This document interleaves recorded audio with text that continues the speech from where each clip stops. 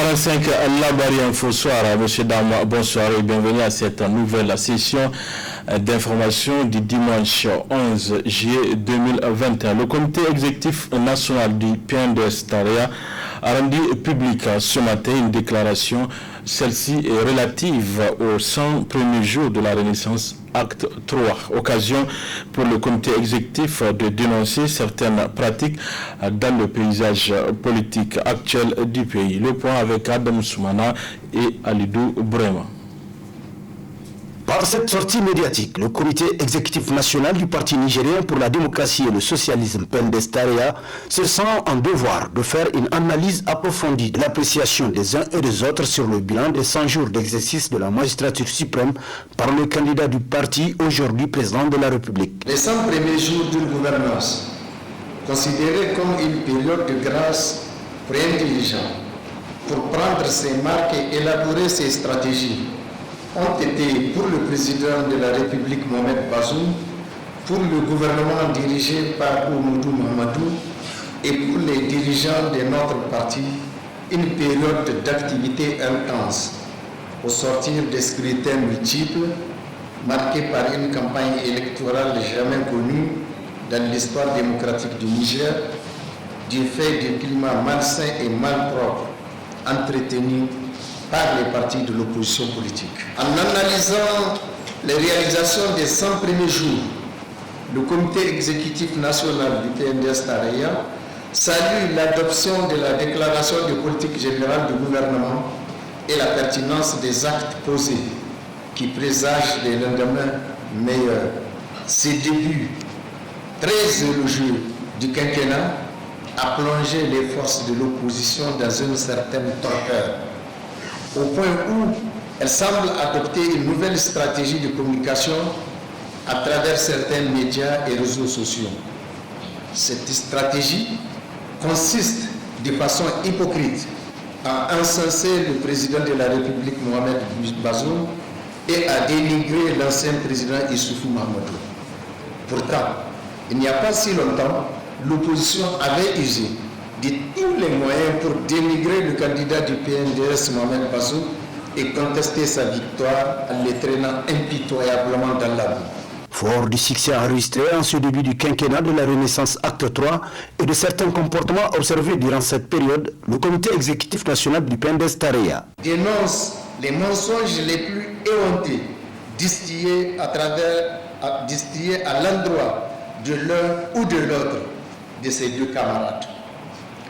Appelle les camarades militantes et militants ainsi que les sympathisantes et sympathisants à la vigilance et à la clairvoyance afin de faire échec et de tuer dans l'offre cette énième entreprise de déstabilisation de notre parti. Engage les uns et les autres à cultiver l'unité, la cohésion et le triomphe des idéaux de notre grand parti. Réaffirme son engagement à consolider l'alliance des partis de la majorité présidentielle. Encourage et soutient le président Mohamed Bazoum dans ses prises d'initiative visant l'amélioration du dialogue social, l'unité nationale et la bonne gouvernance pour consolider les acquis et avancer vers l'émergence du Niger à travers la mise en œuvre d'un programme de Renaissance Acte 3. Force est de constater qu'avec la Renaissance Acte 3, le Parti Rose est à la croisée des chemins du renforcement de son unité afin d'éviter que les démons de la division ne fassent de leurs militants des pro-Issoufou d'un côté et pro-Bazoum de l'autre. Justement par rapport à ces 100 premiers jours de la gestion du président de la République Bazoum Mohamed, nous avons recueilli les réactions de quelques citoyens. On les écoute. Nous les apprécions sur trois plans. Le plan sécuritaire, l'éducation et la gouvernance, notamment la lutte contre la corruption et les infractions assimilées. Et sur ces trois points, je crois que ça présage un lendemain meilleur s'il arrive qu'ils investissent ou qu'ils s'inscrivent véritablement ces actes dans la durée. Si effectivement il arrive à inscrire les actes qui ont été enregistrés durant ces 100 jours dans la durée, j'espère que nous allons voir clair en termes d'éducation, nous allons apporter la solution aux problèmes de vie l'éducation dans notre pays et la bonne gouvernance sera améliorée et la sécurité avec le retour des déplacés dans leur village d'origine. Je crois que c'est une bonne chose et surtout de les sécuriser. Et l'ouverture sociale, c'est-à-dire que la décrispation du climat politique, je crois que ces premiers actes, si le président de la République, et nous espérons qu'il va les inscrire dans la durée, s'il les inscrit dans la durée, c'est que notre pays pourra sortir la tête de l'eau. Je pense qu'il y a des éléments d'une rupture avec la gouvernance que nous avons connue ces 10 dernières années, notamment sur la gestion de la question de la sécurité. Nous avons vu un président volontariste avec courage et sans langue de bois aborder la question de la sécurité. Je salue le retour des déplacés dans leur zone en espérant que des mesures seront prises pour accompagner, que ce soit des mesures en matière de sécurité alimentaire, mais également des mesures pour les protéger des futures attaques terroristes. Le deuxième point sur lequel je note qu'il y a des avancées, c'est sa volonté d'améliorer la question de l'éducation de notre pays. Il a rencontré presque tous les partenaires, il les a écoutés et il a décidé de prendre des mesures pour pouvoir régler les questions de la sécurité, notamment la question d'instauration d'internats pour améliorer la scolarisation des jeunes filles. Nous avons noté cela, c'est une bonne chose.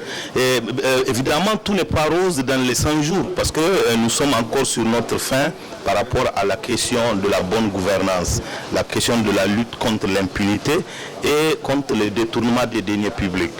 En attendant, donc, nous pensons que les 100 jours, il y a des bons actes qui ont été posés.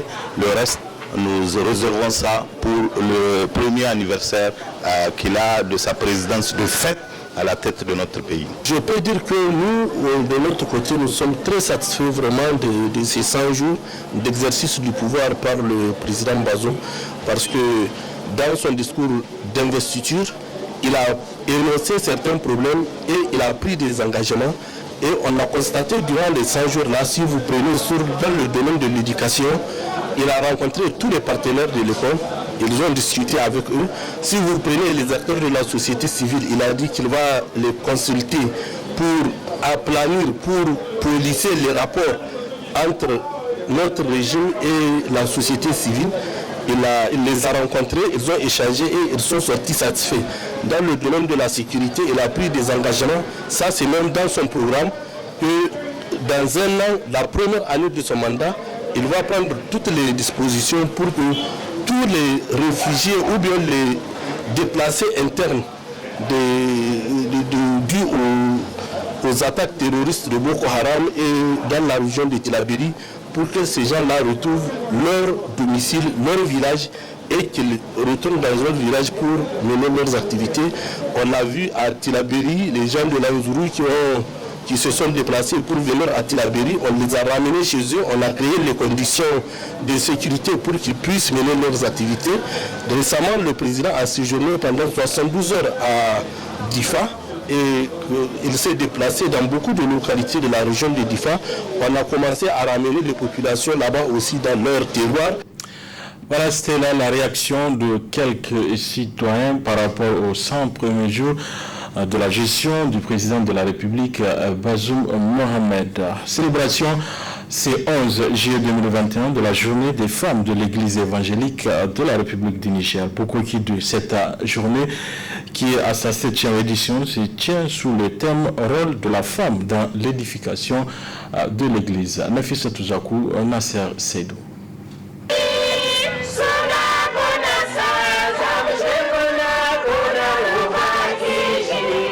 Cette cérémonie riche en animation marque la 7e édition de la journée de la femme de l'église évangélique de la République du Niger et la reine Boko II de Niamey. Cette journée qui se tient dans la joie et la communion a pour thème le rôle de la femme dans l'édification de l'Église, d'où son importance. Le but de cette journée, c'est la communion, c'est de réunir les femmes chrétiennes pour communier ensemble.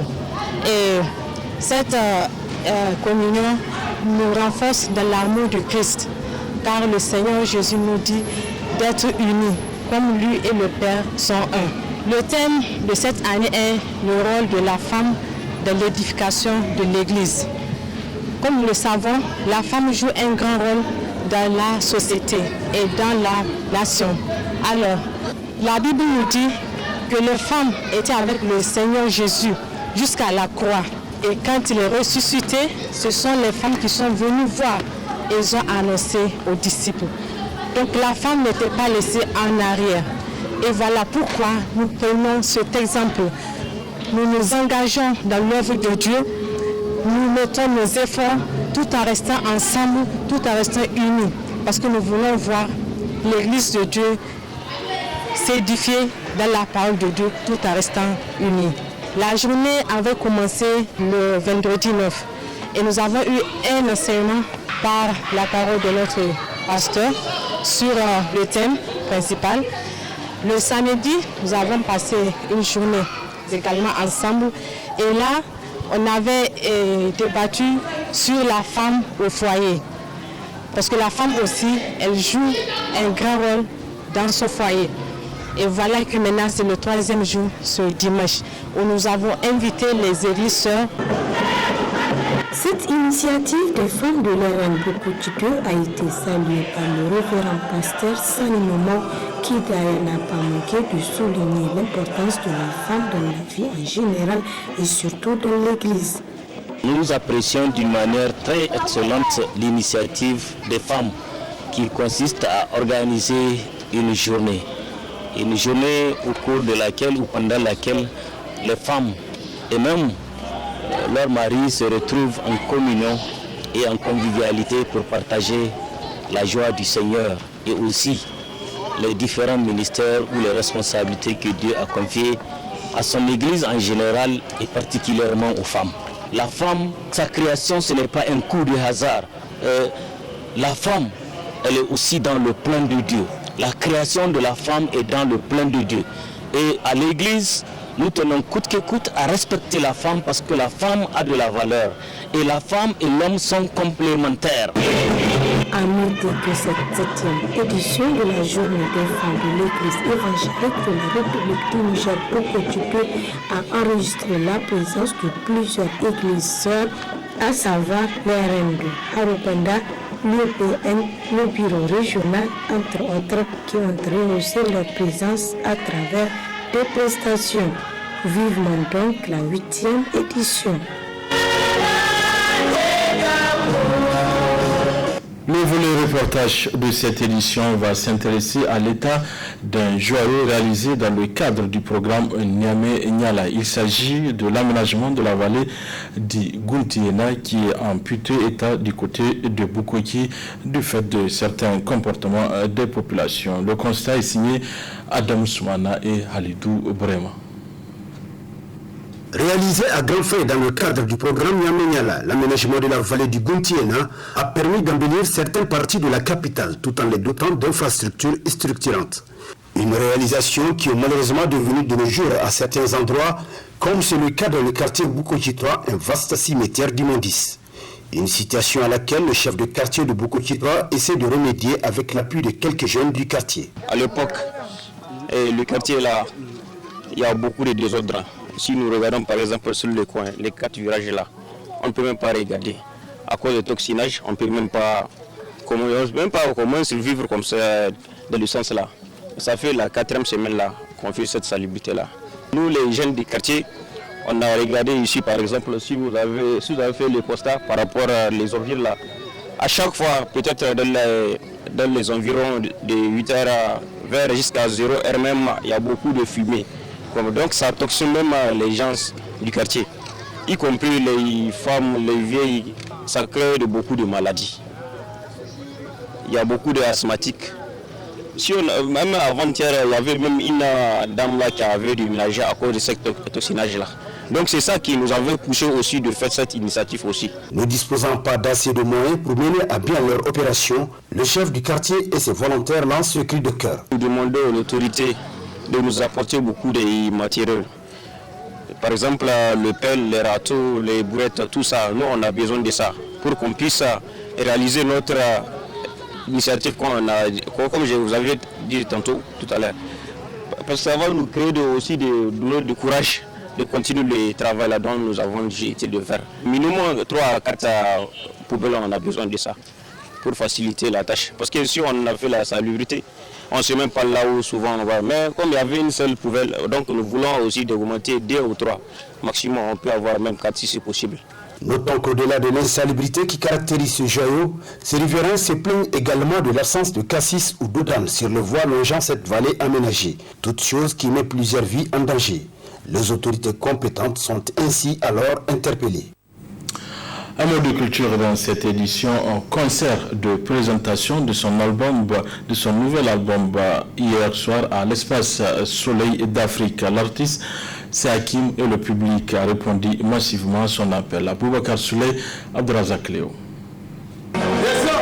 C'est une première au Niger pour la présentation de son nouvel album, 4e, après Wanted, Dernier survivant, EDC et EDC 2. L'artiste rappeur Hakim a fait les choses en grand et a épaté plus d'un.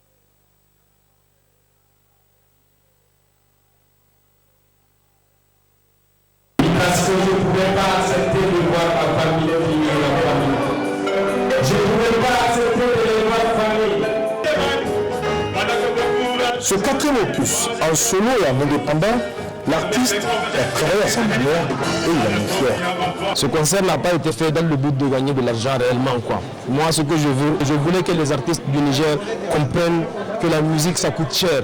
On ne peut pas faire un album, des CD et faire un concert à 1000 francs. Ça ne se fait pas. Ça se fait pas. Et il faut que les gars arrêtent. Et c'est seulement en allant dans ce type de concert. Je ne dis pas que tout le temps, tout le monde doit faire des concerts à 20 000, non.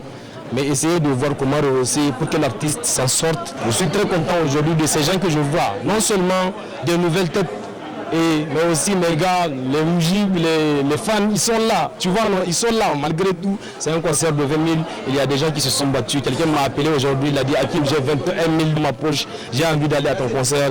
Si je te donne les 20 000, je ne pourrais pas venir. Il a dit je t'offre le ticket, viens. L'intention vaut l'action. Vraiment, c'était un concert riche en artistes et c'est vraiment osé de la part de Hakim d'oser organiser un événement dont le prix d'entrée est de 20 000 francs. C'est une première et puis il a fait un guichet fermé. C'est vraiment un grand pas pour la musique nigérienne. Vraiment, je félicite Hakim, je félicite toutes les personnes qui l'ont accompagné dans l'organisation de ces grands concerts. Ce concert qui s'est joué à 20 000, ça ne m'a pas surpris. Et parce qu'on a vu réellement un engouement, on a vu sur les réseaux sociaux et beaucoup de jeunes qui étaient prêts quand même à accompagner l'artiste Hakim. Donc ça ne m'a pas surpris. On a été témoin de la chose Le premier CD qui a été vendu à 130 000. Ce fan, en tout cas de cet artiste qui a acheté le CD à 130 000, c'est à saluer. Et je pense que beaucoup de gens aussi réellement peuvent faire le même geste. C'était magnifique. Sincèrement, je crois que ma chérie me regarde. Je devais l'amener quelque part, mais j'ai décidé, je l'ai plaqué juste pour venir assister au concert. Je suis vraiment désolé, chérie, mais ça vaut la peine. Une salle comble, un public satisfait et un artiste qui a joué en live et qui était aux anges, entouré de ceux qu'il aime. Voilà l'image que Hakim et King et Vénère envoient désormais. Une nouvelle ère, peut-être, pour le rap nigérien.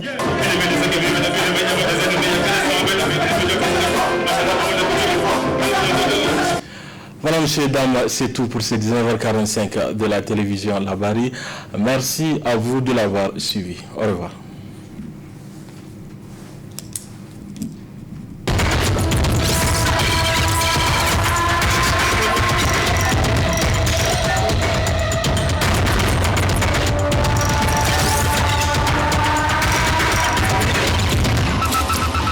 Jungle.